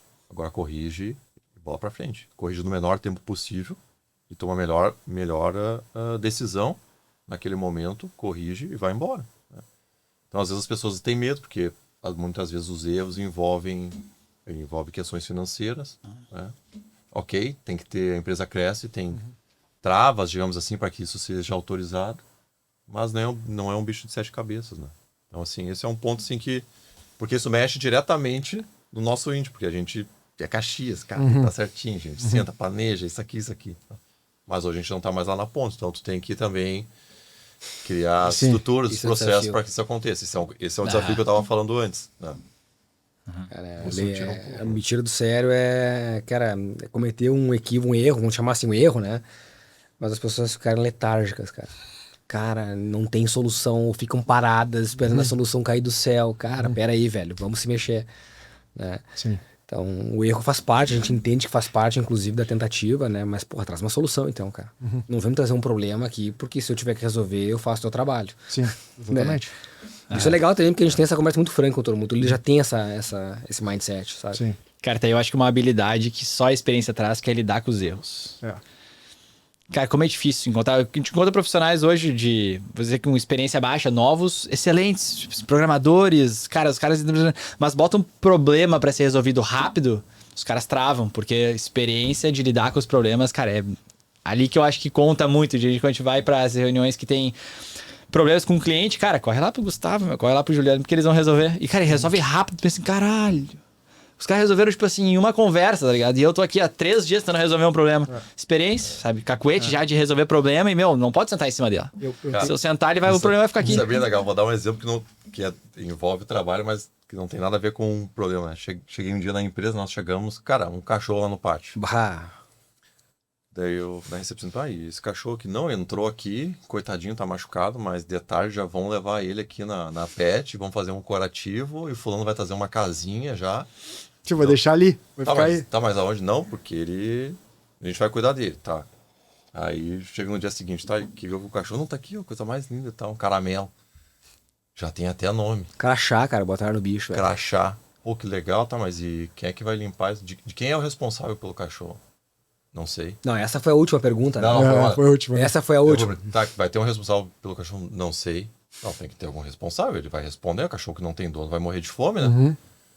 Cara, aí passou os dias e botaram... Aí começou a... Já tô vendo o Maurício no lá alimentar. Eu pensei assim, cara, primeiro disso não vai dar certo. Vai sair no pátio aqui é grande, vai arranhar carro, vai pular em cliente, vai fazer cocô aqui no canto, vai dar cheiro. Eu pensei, cara, se eu der a letra aqui agora... Eu já tinha visão, se eu dar a letra aqui agora, putz, a galera vai me odiar, né? Você, pô, tu é... um cara insensível. Eu tenho cachorro, tudo. Vou ficar na minha, né? Falei, Lucas, vamos deixar rolar e vamos ver o que vai acontecer. Deixa aí eles por eles chegarem à conclusão. Tá. Aí passou uma semana, cachorro roeu o pneu de carro, arranhou porta de outro, cheiro de cocô ali na recepção, no acesso. Aí cheguei num outro dia, como é que tá o cachorro? Nem sabe o que foi. Foi adotado. Pô, legal, os caras viram, né? Cara, daí não dava mais, não ia dar real mesmo, não ia ter como deixar o cachorro aqui, porque ambiente empresarial e tal. Pô, legal, né? Fiquei 2 pontos. Né? No início eu fiquei frustrado, porque era muito fácil tu ir lá pra quem tem experiência de algo simples e, cara, isso aqui vai funcionar. Mas tu tem que dar autonomia para que as pessoas percebam. Cheguem lá, né? Assim, são problemas da empresa, sabe? Claro. E aí todo mundo cresce com isso. Pô, legal. O desafio é a angústia de tu segurar essa... Eu acho que vocês mandaram bem. Eu acho que vocês muito mandaram bem. É uma dificuldade mesmo. Uma coisa que eu sempre fiz que me ajuda, e eu tenho esse problema de já dizer, não, faz assim, que é quando entra o pessoal novo, assim, mais novinho, eles vêm e trazem um problema, né? E eu sempre pergunto pra eles, qual é a tua opinião pra resolver o problema? Sem dar uma dura no cara, porque... mas qual é a tua opinião? E tu vê que eles ficam O cara quer ouvir. Surpreso até. Pô, tá perguntando Porque minha espera a opinião. resposta, que tu dê a resposta. Exatamente. Eu pergunto, uma boa. E qual é a tua opinião sobre isso aqui? O que tu acha? E aí, quando tu vê, o cara tem uma opinião. E muitas vezes é uma boa opinião. Tipo, é uma boa saída. E ele dá uma saída. Vamos seguir com a tua saída. Toca a ficha. E o cara, porque tu começa a ganhar musculatura, né? Tu fica... Pô, tomei uma decisão na frente do cara e ele acatou a minha decisão. Isso aí. Tá? Então, alguns detalhezinhos, mas eu tenho o mesmo problema de vocês. Termina a reunião, por exemplo, tem 5 pessoas. Tu já fala na hora, não escuta ninguém, sabe? Umas coisas que o cara vai ter que se controlar. Vai ter que se controlar. Eu sempre tive essa dificuldade também. Ouvir os caras, cada um tem uma opinião, né? Escuta os caras. A gente tá se aproximando do fim aqui, gurizada. Tragam pra gente referências, o que vocês estão muito lá de fora, né? De buscar, fazer uma imersão e tal, mas o que mais que vocês têm aí de coisas do dia a dia, de vocês escutam podcast, falou antes de livro, né? Vocês estão lendo livro. Onde é que mais a gente pode se aproximar dessas mentes brilhantes de vocês aí? Como é que você escuta de vocês, né? Pra poder operacionalizar tão bem assim. Boa. Cara, é uma pergunta bem interessante, né? Recentemente eu tive um burnout. Eu achei que nunca ia acontecer comigo. Que loucura. Cara, tive um burnout. Porque burnout sempre acontece em dezembro, né, cara? E tive um burnout e pra mim foi um aviso muito direto. Né? Porque eu achava que eu tava me cuidando, eu achava que eu tava lendo, eu achava que eu tava cuidando da minha saúde, então eu tinha que estar sempre acelerado, performando. Então eu comecei a olhar diferente. Falei, bom, se eu não cuidar mais de mim, eu não tenho mais como tomar melhores decisões. Né? E aí, por incrível que pareça, né, eu estou reaprendendo a olhar, ter mais tempo pra mim, para que eu tome algumas decisões no dia. Então hoje o meu dia começa já com no máximo 3 decisões que eu preciso tomar. Então eu já mentalizo elas no dia anterior, né? São 3 decisões estratégicas. O restante, alguém vai responder. Porque eu tenho gente na empresa, remunero muito bem as pessoas para fazerem isso. Então eu delego mais essas questões. Né? Então, a primeira coisa é uma disciplina. Né? Uma disciplina do que fazer e o não fazer. Né? Hábito de leitura. Bom, eu tenho o hábito de leio 2 livros ao mesmo tempo, né? 10 páginas de um, 10 páginas de outro. Né? Às vezes eu tô lendo no Kindle também, aí eu pensei, putz, tô exagerando. Né? E eu sempre procuro intercalar entre livros de negócio e filosofia, né? Alguma coisa assim, até para poder... Livro mais leve. Não digo tão não leve, porque ele é um pouco denso. Dostoiévski é denso. Pois é. Né? Tá. Então eu procuro fazer isso e estudar, né, cara? Então assim, imersões internacionais, né? Cursos de curta duração, né? Isso me assessora muito, né? Então eu bebo aí da fonte dos principais CEOs, fóruns de CEOs que participam, leio muito artigo, né? Muito artigo de inteligência artificial, artigo de negócios, marketing, vendas, né? Que é o meu background, né? Então eu procuro estar sempre olhando isso e escutando as pessoas, né? Boa. E algo muito importante, cara, ir no mercado. Né? Se tu não visita... Tu usou uma expressão boa antes ali fora, quando a gente tava conversando, que é levar os olhos pra passear, né? Isso a gente leva os olhos pra passear. Boa. Legal. A gente leva os olhos pra passear. Muito bom. Eu tento preservar, assim, e tornar o meu tempo de qualidade, também no trabalho, mas também fora dele. Né? Então, assim, tenho uma rotina bem boa de prática de exercícios físicos, né? Quase que diários, né? Bem cedo. Nem parece. Cara, eu ia dizer, nem né? parece, cara? pô. Nem parece, né? E a gente treina há muito tempo, assim, né? Nossa, a gente malhava numa academia lá na Nitro, lá na Maurício Cardoso. Tu lembra dessa academia, velho? Nitro. Nitro. Lá do Marcão. Cara, saia lá Eu não do lembro Rincão. dessa Do academia. lado da floricultura gaúcha, acho que é uma coisa assim, gauchinha. Ah, eu lembro dessa academia, na frente do hospital. Isso aí. Tá, claro. Isso aí. E eu saía lá do Rincão, né? Me pegava em casa. aqui no centro e a gente ia. 6 Mas da eu manhã, sempre velho. tive, Porra. cara, dificuldade tremenda em acordar de manhã. Sempre, assim. Me acordava me arrastando. Até chegou um ponto, cara, eu não quero mais viver isso aqui. Né? Eu quero viver diferente. Então, cara, o que eu preciso fazer? Aí eu comecei a pegar a leitura, né? Hábitos do Clube das 5 da manhã. Nossa, eu li esse livro aí também. Tu leu? Cara, daí tu chega ali, pô, eles começam a entender, pera, só, eu preciso planejar o meu horário de sono. Cara, eu entendi que eu tava indo dormir errado, né? Ia dormir tarde, comecei a dormir mais cedo. Cara, dormi melhor, conseguia fazer a rotina de exercícios, faço acompanhamento com um nutrólogo, né? E preservo o meu tempo de qualidade. Então, assim, cara, música, por exemplo, cara, escuto bossa nova instrumental, que eu escuto no carro, né? Caralho. Vamos ter referência.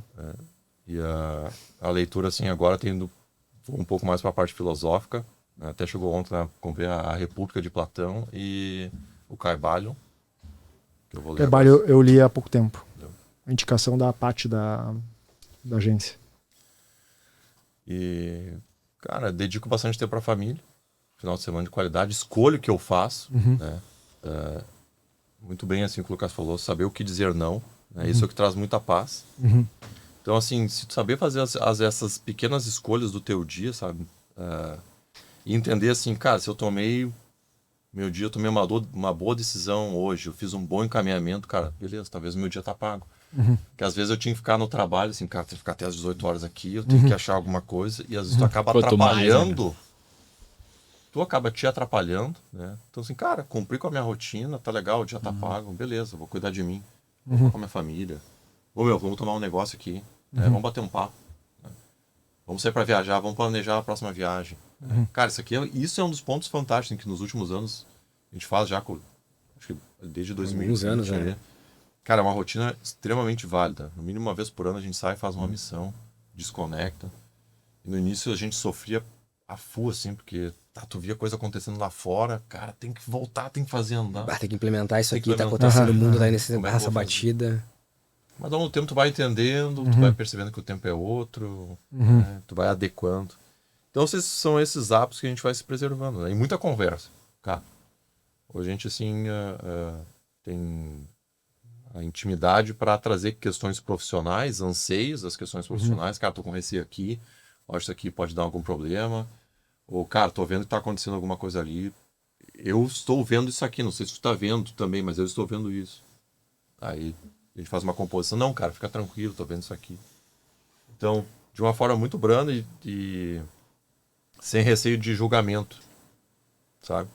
Legal. Se eu receio assim, se eu falar isso aqui pro Lucas, putz, daqui a pouco ele vai achar que eu tô querendo, sei lá, eu tô puxando freio de mão ou botar água no chope, né? Não, cara, a gente tem a franqueza em primeiro lugar e isso ajuda bastante na construção do dia a dia, facilita muito. Em todas as relações a gente faz isso, mas a gente tá falando bastante nosso aqui. Do cunho, assim, do dia a dia. Bom fechamento, legal. achei que tem várias dicas legais e tem várias coisas pra gente ir pegando e implementando na própria vida, assim, porque deu uma uma clareada, assim, umas coisas que vocês fazem. Acho que é isso aí. Perfeito. Fechamos? Muito bom mesmo. Lucas, Sempre aprender com vocês, pessoal. Acho que bom é... demais. Por isso que eu falo, acho que todo mundo tinha que ver esse podcast e vocês também falarem mais para outras áreas, né? Eu acho que as pessoas precisam ouvir mais essas histórias bonitas, sabe? Que começaram aqui e que ganharam o país sendo jovens, né? Passando por um monte de dificuldade. Eu acho que isso inspira mais pessoas, né? Então, um recado para vocês, assim. Eu acho que é uma legal. dupla que tem que falar mais aí. Guardar esse conhecimento, essa experiência chega a ser um egoísmo da parte de vocês. Olha só. Vamos terminar o podcast fazendo uma crítica agressiva aí. Galera que tá por aqui, né? O que eu tenho que falar, Christian? Tem que curtir o vídeo, tem que se inscrever no nosso canal, porque se ficou até aqui agora 1h e quase 1h40, é porque, no mínimo, alguma coisa gostou, né? Não é possível. Exatamente. Traz aqui embaixo nos comentários que a gente vai trazer as figuras pra responder pra vocês. Eles estão fazendo assim com a cabeça, então eles vão responder. Com certeza. E fechamos por aqui. É isso aí. Valeu, Obrigado. Gustavo, Lucas, Maurício, obrigado pela presença de vocês. Eu sou o Fábio. Até mais. Valeu. Bora, Obrigado time. aí, turma. Brindezinho. Cara, Muito bom, hein? sensacional, velho. Caneca vazia aí, azar. Muito bom, velho. Fazer um restinho.